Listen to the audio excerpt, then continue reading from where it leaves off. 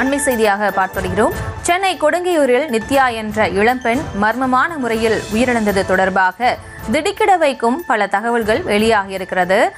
தூக்க மாத்திரை கொடுத்து அவர் கொலை செய்யப்பட்டதாக திடுக்கிட வைக்கும் தகவல் வெளியாகியிருக்கிறது. அந்த அண்மை செய்தியை பார்த்து வருகிறோம். மேலும் இவர்களோடு இணைகிறார் நமது செய்தியாளர் கார்த்திகேயன். வணக்கம். இந்த வழக்கில் திருப்பமான ஒரு விஷயம் வெளியாகிருக்கு, அது தொடர்பான விவரங்கள். வணக்கம்.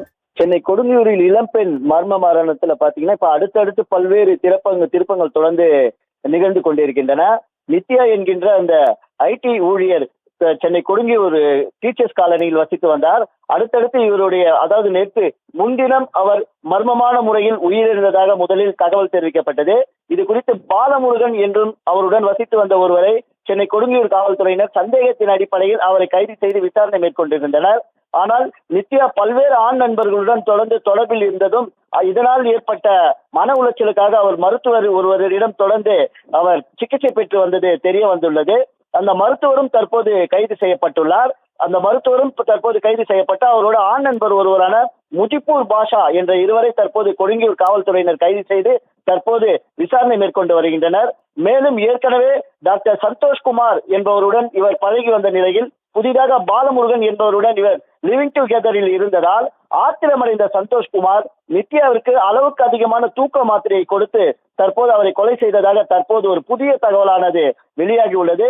மேலும் தொடர்ந்து இந்த இளம்பெண் மரணத்தில் என்னென்ன அடுத்தடுத்து திருப்பங்கள் நிகழும் என தெரியவில்லை.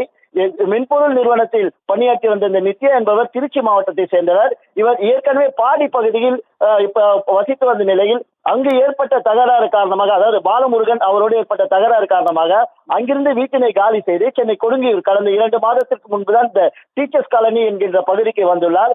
அங்கு வந்து 2 மாதம் ஆன நிலையில் தொடர்ந்து இவர் வீடியோ காலில் பல்வேறு ஆண் நண்பர்களுடன் தொடர்ந்து பேசி வந்ததால் பல்வேறு ஆண் நண்பர்களுடன் இவருடன் தொடர்பில் இருந்ததாக தெரிய வருகிறது.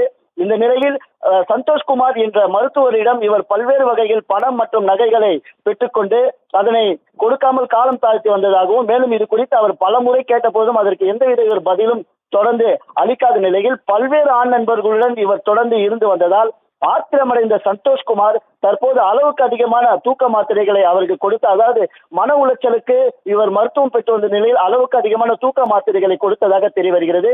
தற்போது நித்யாவின் உடற்கூறாய்வுக்காக ஸ்டான்லி அரசு மருத்துவமனையில் அங்கு பிரேத பரிசோதனை செய்யப்பட்ட போது பிரேத பரிசோதனை செய்த மருத்துவர்கள் இந்த தகவலை தற்போது சென்னை கொடுங்கையூர் காவல் நிலையத்திற்கு அளித்ததன் பேரில் அவருடைய செல்போனை ஆய்வு செய்த போது அவர் யாருடன் அதிக நேரம் பேசியுள்ளார் என்கின்ற விவரங்களின் அடிப்படையில் சென்னை கொடுங்கையூர் காவல்துறையினர் தற்போது மருத்துவர் சந்தோஷ்குமார் மற்றும் அவரது மற்றொரு நண்பரான முஜிப்பூர் பாஷா என்பவரும் தற்போது கைது செய்து விசாரணை வலயத்தில் வைத்து அவர்களை சென்னை கொடுங்கையூர் காவல் நிலையத்தில் வைத்து விசாரணை செய்து வருகின்றனர்.